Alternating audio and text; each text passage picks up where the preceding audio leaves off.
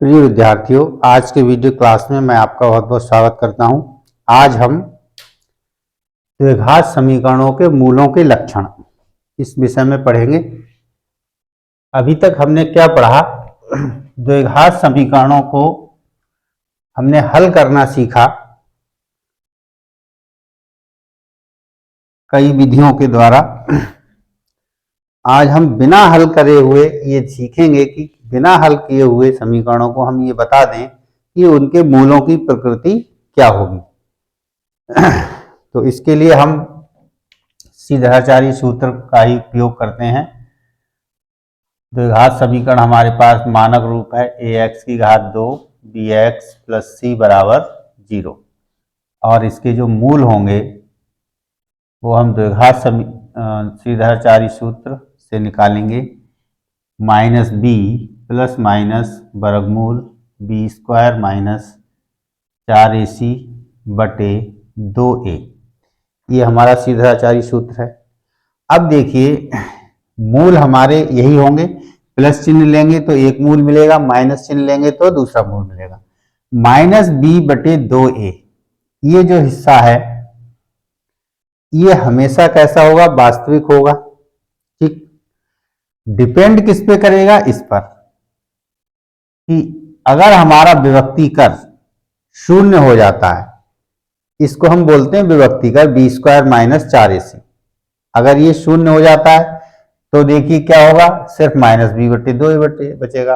अगर ये धनात्मक होता है तो कुछ मान आएगा, एक बार जोड़ेंगे एक बार घटाएंगे। अगर ये ऋणात्मक आता है तो भी मान होगा, कुछ जोड़ेंगे कुछ घटाएंगे। इस तरीके से हमारे पास कुल 3 केस बनते हैं। इस विभक्ति कर के ऊपर डिपेंड करता है कि इस x के मान किस तरीके के होंगे। तो देखते हैं हम तीनों को केसों को। तो विभक्ति कर, इसे हम d से प्रदर्शित कर लेते हैं। d बराबर बी स्क्वायर माइनस 4ac। ठीक, अब पहला केस है, यदि हमारा d क्या है? धनात्मक है। d कैसा है? धनात्मक। इसका मतलब ये भी कह सकते हैं d ग्रेटर इक्वल टू 0, यानी जो d का मान है बी स्क्वायर माइनस 4ac है वो 0 से बड़ा है या वो धनात्मक है, एक ही बात है। तो अगर ये धनात्मक है बी स्क्वायर माइनस 4ac, तो यानी कि इसका कुछ ना कुछ वर्गमूल निकल के आएगा, कुछ ना कुछ वर्गमूल निकल के आएगा। तब जो x का मान होगा, वर्गमूल हम मान लेते हैं, सपोज दैट z निकल के आया। ठीक है, इसका वर्गमूल मान लेते हैं कुछ देर को कि z निकल के आया, तो ये कुछ इस तरीके का हो जाएगा। Minus B plus minus Z बटे 2a, यानी माइनस बी में एक बार z जुड़ेगा तो एक मान मिलेगा, माइनस बी में एक बार z को घटाएंगे बटे 2a करेंगे तो दूसरा मान मिलेगा। यानी x के 2 मान होंगे और दोनों मान कैसे होंगे? अलग अलग होंगे, भिन्न भिन्न होंगे। दूसरा, अब ये जो हम जोड़ेंगे संख्याओं को तो हमें हमेशा वास्तविक संख्या मिलेगी, जो कि संख्या रेखा पर होगी, चाहे वो धनात्मक हो चाहे ऋणात्मक हो। वास्तविक संख्याएं क्या होती हैं? 0 संख्या रेखा हो गई, माइनस अनंत, ये प्लस अनंत। इसके बीच में जितनी संख्याएं आएंगी वो सभी वास्तविक हैं। तो यहाँ पर हमें ये बात क्लियर हो जाती है कि जो x का मान होगा वो वास्तविक होगा और दोनों मान कैसे होंगे? अलग अलग होंगे। यानी जो प्रकृति निकल के आई x की, वो यहां लिखेंगे दोनों मूल वास्तविक व भिन्न भिन्न होंगे।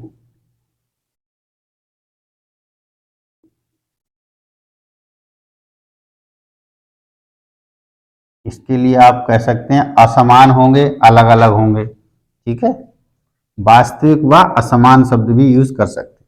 ठीक, दूसरा केस क्या हो सकता है? दूसरा हो सकता है कि d का मान हमारा 0 हो जाए, यानी ये जो बी स्क्वायर माइनस 4ac है इसका मान 0 हो जाए। तो यहां से अगर 0 होगा तो सिर्फ क्या बचेगा? माइनस बी बटे 2a प्लस माइनस 0। ठीक, अब एक बार 0 ऐड करोगे तो माइनस बी बटे 2a मिलेगा, 0 घटाओगे तब भी माइनस बी बटे 2a मिलेगा। यानी माइनस बी बटे 2a, ये इसका मान क्या होगा? वास्तविक होगा। और हमें दोनों मान माइनस बी बटे दो ए के बराबर होंगे, तो हम कहेंगे मान कैसे होंगे, वास्तविक होंगे और समान होंगे। यानी जो दोनों मूल होंगे वो वास्तविक और समान होंगे। तीसरा केस आ जाता है हमारे पास, d का मान 0 से छोटा हो, या इसे हम कह सकते हैं d हमारा ऋणात्मक हो। 0 से छोटे होने का मतलब ऋणात्मक। अब जब d ऋणात्मक हो गया तो x बराबर माइनस बी प्लस माइनस वर्गमूल के अंदर कुछ संख्या होगी, जो भी मान होगा ऋणात्मक होगा, हम मान लेते हैं वो कुछ हमारे पास होगा y। ठीक, अब ये जो ऋणात्मक मान आ गया वर्गमूल के अंदर, तो अब हम ऋणात्मक संख्या का वर्गमूल नहीं ले सकते। तो यहां पर ये जो ऋणात्मक संख्या है वर्गमूल के अंदर, ये पूरी की पूरी संख्या हमारी बनेगी अवास्तविक, यानी ये संख्या हमारी वास्तविक नहीं होगी। तो इसके मूल होंगे, यहां लिख सकते हैं वास्तविक नहीं होंगे, वास्तविक नहीं होंगे, या दूसरा शब्द यूज कर सकते हैं अवास्तविक, या एक तीसरा शब्द है यहां पर काल्पनिक शब्द भी आ जाता है, अधिकल्पित शब्द भी आ जाता है। मूल कैसे होंगे, अधिकल्पित होंगे। अब देखिए अधिकल्पित होंगे तो जुड़ेंगे कुछ घटेंगे, यानी कि भिन्न भिन्न भी होंगे, असमान भी होंगे।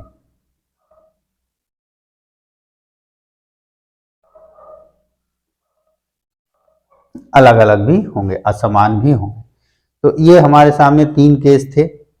पहला केस विभक्ति का धनात्मक हो तो दोनों मूल वास्तविक और अलग अलग होंगे, विभक्ति का 0 हो तो वास्तविक और समान होंगे, और विभक्ति का ऋणात्मक हो तो वास्तविक नहीं होंगे। कैसे होंगे, अवास्तविक होंगे, अधिकल्पित होंगे, काल्पनिक होंगे, और साथ में दोनों मूल असमान होंगे। तो बस इसी आधार पर हम द्विघातीय समीकरण के मूलों की प्रकृति को बता सकते हैं। अब आइए प्रश्नों के माध्यम से और अच्छे से इन्हें समझते हैं। देखिए आपके सामने प्रश्नावली 4E के प्रश्न संख्या 6 और प्रश्न संख्या 7 हैं। इन दोनों प्रश्नों को मैं पूरा थ्योरी लिख के पूरा समझाऊंगा, लेकिन इससे आगे के प्रश्न जो हैं आपको केवल हिंट दिए जाएंगे, जल्दी जल्दी से वो आपको समझा दिए जाएंगे। तो इन दोनों पर आप पूरी तरीके से कंसंट्रेट होकर अच्छे से समझें। मूलों के लक्षण ज्ञात करने हैं, तो लक्षण ज्ञात करने से पहले हमें अपने समीकरणों को मानक रूप में लाना पड़ेगा। ax की घात 2 bx प्लस c के रूप में इस समीकरण को लाना पड़ेगा, जो कि अभी हमारे abc के मान बटे में लिखे हुए हैं। डायरेक्ट अगर हम तुलना कर देते हैं यहाँ से तो मान तो निकल आएंगे, लेकिन कैलकुलेशन में थोड़ा सा हमें दिक्कत होगी, क्योंकि हमारे पास भिन्ने प्राप्त हो जाएंगी। तो इसे हम सीधे सीधे 2 और 3 का लासा 6 हो गया, 6 से गुणा कर देते हैं, तो ये हो जाएगा 6 बटे 2 एक्स की घात 2, 6 बटे 3 एक्स प्लस 6 बराबर 0। 2 तिया 6, तो ये हो गया 3 एक्स की घात 2, 3 दूनी 6 यानी 2x प्लस 6। ठीक है, तो इस रूप में ये बदल गया सवाल। अब हम इसकी तुलना मानक रूप जो हमारे पास है ax की घात 2 bx प्लस c से करने पर तुलना करा देंगे, तो a की एक्स स्क्वायर का गुणांक है, यहाँ एक्स स्क्वायर का गुणांक 3, तो a बराबर 3, x का गुणांक b, यहाँ x का गुणांक 2, तो b बराबर 2, और c का मान कितना हो गया 6। अब हमें मूलों के लक्षण ज्ञात करने हैं, तो सिर्फ हमें विभक्ति कर ज्ञात कर लेना है। विभक्ति कर का मान ज्ञात करेंगे। विभक्ति कर होता है बी स्क्वायर माइनस 4ac, मान रख दीजिए इसमें 2 की घात 2 माइनस 4, a का मान 3, c का मान 6, 2 की घात 2 4, 4 तिया 12 और 12 छंग 72, तो ये हो गया 12 में से 4 घटाए 8 और 6 माइनस 68, यानी d जो है आपका वो कैसा आ गया, ऋणात्मक आ गया।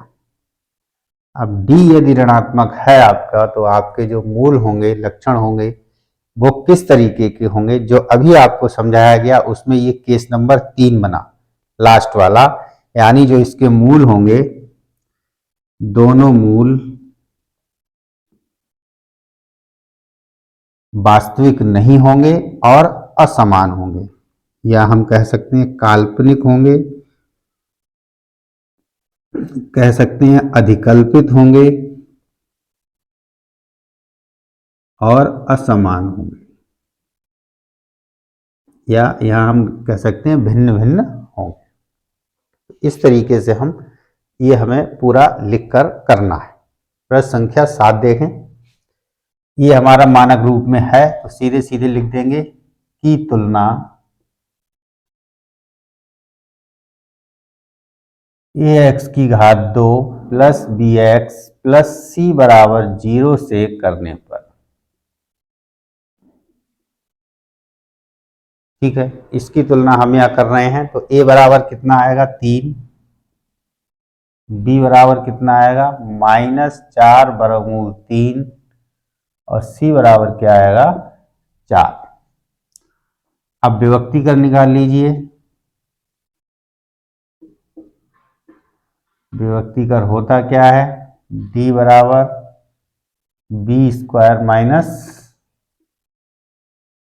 4ac, b का मान लगाइए, -4 वर्गमूल 3 का वर्ग -4, a का मान 3 और c का मान 4, तो माइनस का वर्ग प्लस 4 का वर्ग 16 और वर्गमूल 3 का वर्ग 3, -4 3 12, 12 तक 48,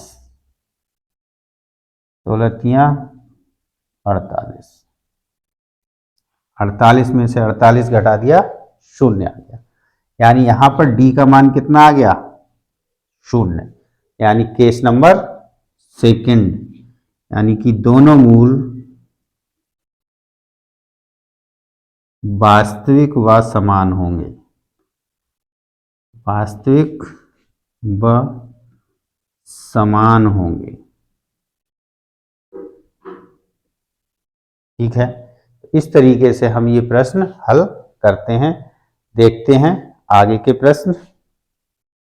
देखें, अब आपके सामने प्रश्न संख्या 8 और प्रश्न संख्या 9 है। अब मैं थ्योरी नहीं लिख रहा हूं, सीधे सीधे यहाँ पर हल कर रहे हैं। अब इसकी तुलना यदि हम कराएंगे समीकरण से, तो a बराबर कितना आ जाएगा 4, b बराबर कितना आ जाएगा 12 और c बराबर कितना आ जाएगा 9।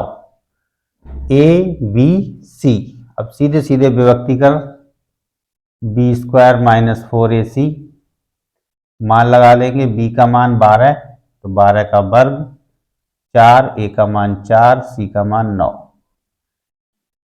12 का वर्ग 12 12 में 144 होता है, गुणा करके देख लें, 4 चौक 16, 16 नेमा 144, घटाएंगे तो फिर यहाँ पर डिस्क्रिमिनेंट यानी कि विभक्तिकर 0 आ गया। विभक्तिकर 0 यानी केस नंबर 2, और केस नंबर 2 में क्या है, दोनों मूल वास्तविक व समान होंगे,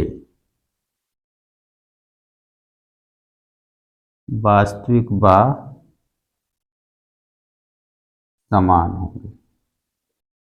ठीक, इसी तरीके से यहां पर तुलना कर लीजिए, a बराबर 7, b बराबर -3 और c बराबर 2। विभक्ति कर निकालेंगे, B square minus 4ac, b का मान -3 का वर्ग -4 गुणा 7 गुणा 2, a और c के मान आपने लगा दिए, 4 7 और 2, -3 का वर्ग कितना हो गया 9, और यहाँ गुणा करा लो, 7 दूनी 14, 14 चौक 56, घटा लें, 16 16 में से 9 घटाएंगे आप, 7 बचेंगे और यहाँ 4, माइनस का 47, यानी डी का मान आपका आ गया ऋणात्मक। और डी का मान ऋणात्मक होने का मतलब केस नंबर 3, यानी मूल अधिकल्पित, आभासी, अवास्तविक या काल्पनिक काल्पनिक एवं असमान होंगे। ठीक, तो इस तरीके से हम यहाँ पर सॉल्यूशन दे देते हैं। देखते हैं आगे के प्रश्न। देखें प्रश्न संख्या 10। तुलना करेंगे यहाँ प्रश्न संख्या 10 में ए का मान 2, बी का मान -3 और सी का मान 5। ए बराबर 2, बी बराबर -3 और सी बराबर 5। विभक्ति कर डी, बी की घात 2 -4ac, तो -3 का वर्ग -4, ए की जगह 2, सी की जगह 5, -3 का वर्ग 9, 4 दूनी 8 और 8 पंजे 40, घटाएंगे तो बचा 31, माइनस का 31, यानी डी जो है आपका क्या हो गया, ऋणात्मक, यानी कि केस नंबर 3 बना आपका। और तीसरे केस में क्या है, मूल आप लिख सकते हैं अवास्तविक व असमान, अधिकल्पित व असमान, आभासी व असमान। ठीक है, जो भी शब्द बताया गया है उनमें से कोई भी आप प्रयोग कर सकते हैं। सवाल नंबर 11, तुलना करा दें। ए बराबर 2, बी बराबर -6 और सी बराबर 3।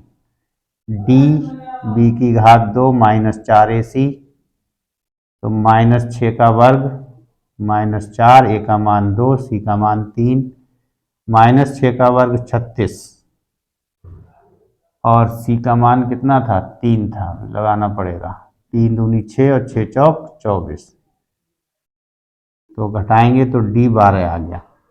अब डी 12 है, इसका मतलब डी कैसा है, धनात्मक है, 0 से बड़ा है, यानी केस नंबर 1। तो मूल वास्तविक व असमान होंगे या भिन्न भिन्न होंगे।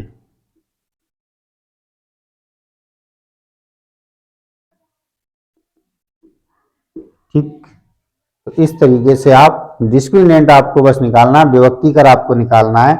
और विभक्ति कर जब आपके पास आ जाएगा तो आप उसे देख के बता देंगे कि जो 3 केस बताए गए हैं उनमें से ये कौन सा केस हमारा बनता है, और उन्हीं केसों के आधार पे आप अपने आंसर दे देंगे कि ये वास्तविक हैं या अवास्तविक हैं, किस तरीके के हमारे मूल हैं। उम्मीद करते हैं यहाँ तक चीजें समझ में आई होंगी। देखते हैं अगला क्वेश्चन, सवाल नंबर 12। 4x की घात 2 प्लस 3x प्लस 7। इस प्रश्न को देखें क्या कह रहा है। यहाँ भी तुलना कर लीजिए। a बराबर 4, b बराबर 3 और c बराबर 7। तो विभक्ति कर निकालेंगे। b² -4ac, b का मान 3, 3 का वर्ग -4, a का मान 4 और c का मान 7। 3 का वर्ग 9, 7 चौक 28 और 28 चौक 8 चौक 32 के 2 हासिल 3, 4 तियां 12 और 3 15, 4 दूनी 8, 8 और 3 11, 112 आया, घटा दिया तो -103 आपके पास बचा। कुछ भी बचा, संख्या हमें क्या मिल गई, ऋणात्मक संख्या हमारे पास ऋणात्मक आ गई, डी का मान ऋणात्मक आ गया। तो मूल कैसे हो गए, अवास्तविक व असमान या भिन्न भिन्न, इस तरीके के हमें मूल प्राप्त हो। प्रश्न संख्या 12। देखते हैं अगला प्रश्न। देखें प्रश्न संख्या 13। यदि समीकरण के x की घात 2 प्लस के माइनस एक्स के -1 x -1 बराबर 0 के मूल समान हो तो k का मान ज्ञात कीजिए। ऐसे प्रश्न आपको कंपटीशंस में मिलते हैं, चाहे आप GTI का एग्जाम दे रहे हो, आप ITI का एग्जाम दे रहे हो, या फिर आप कोई भी वनडे एग्जाम दे रहे हो जो कक्षा 12 के बाद आपसे लिए जाते हैं, पुलिस है, आर्मी है, इस तरीके के। तो उनमें ये द्विघातीय समीकरण आपका चैप्टर रहता है और इस तरीके के प्रश्न वहां पर सरल से पूछ लिए जाते हैं। तो देखें इसका किस तरीके से हम हल निकालेंगे। सबसे पहले हम दी गई समीकरण की तुलना कर लेते हैं और ए बी सी के मान ज्ञात करते हैं।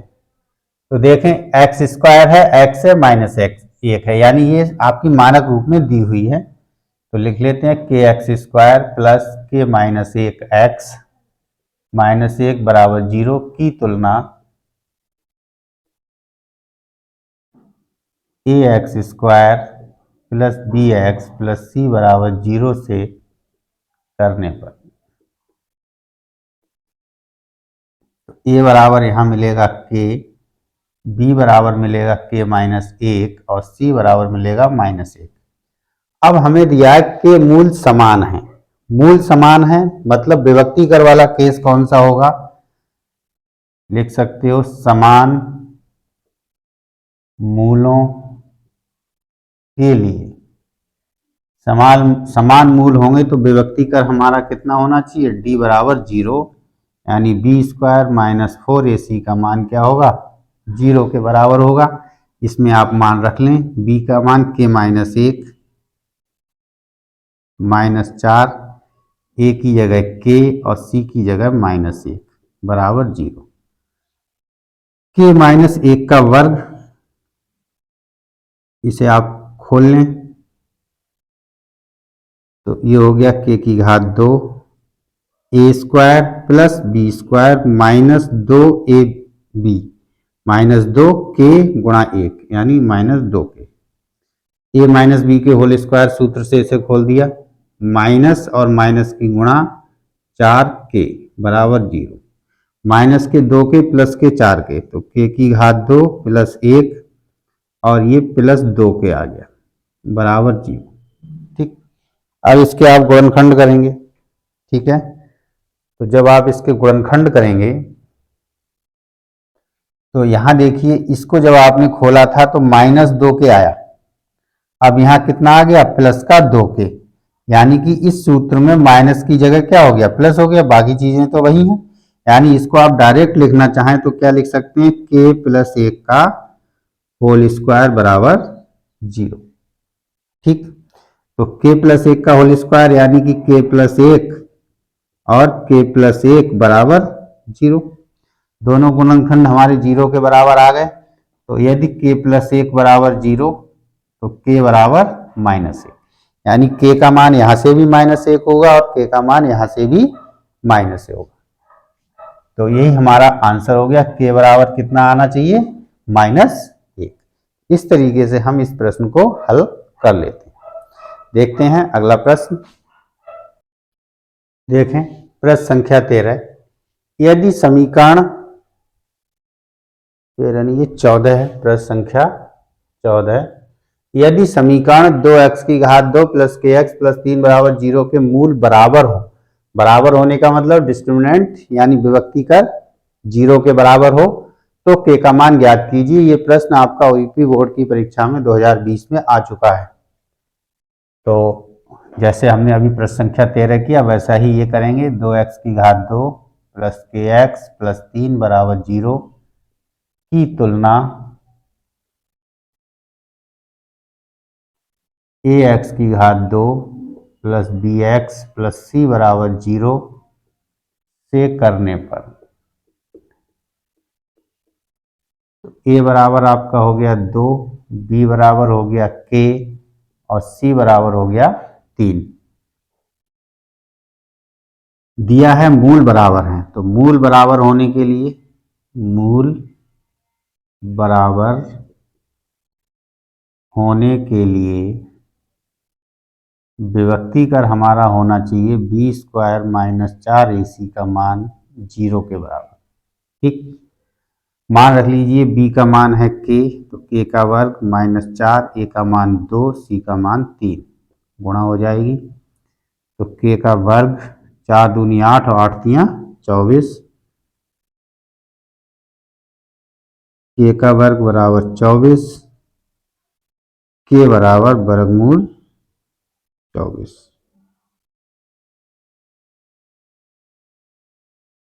वर्गमूल 24 को हम लिख सकते हैं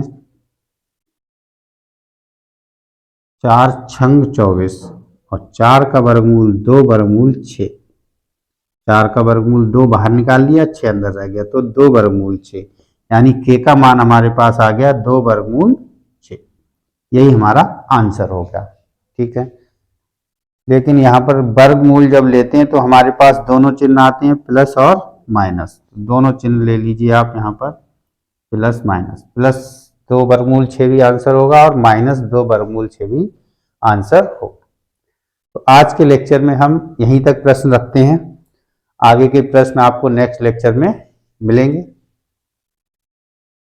जिन छात्रों ने अभी तक चैनल को सब्सक्राइब नहीं किया है वो कृपा करके सब्सक्राइब करें, जिससे कि आपको वीडियो लेक्चर्स मिलते रहें। और यदि वीडियोस समझ में आ रहे हैं तो अपने दोस्तों साथियों के साथ इसे शेयर करें। पढ़ते रहें, खुश रहें। धन्यवाद।